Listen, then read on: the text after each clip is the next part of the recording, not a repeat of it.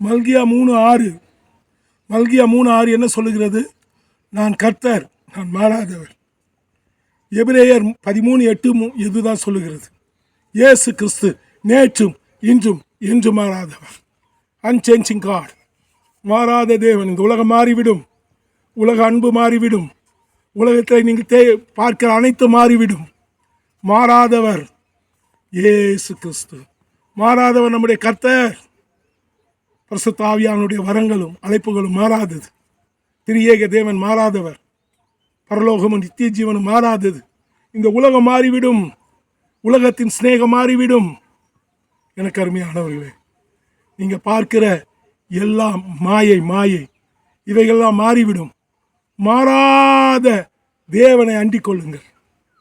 மாறாதவர், அவர் வாக்கு மாறாதவர், அவருடைய வசனங்கள் மாறாதது.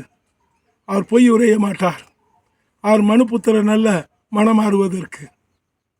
அவர் உன்னை நேசிக்கிறார்.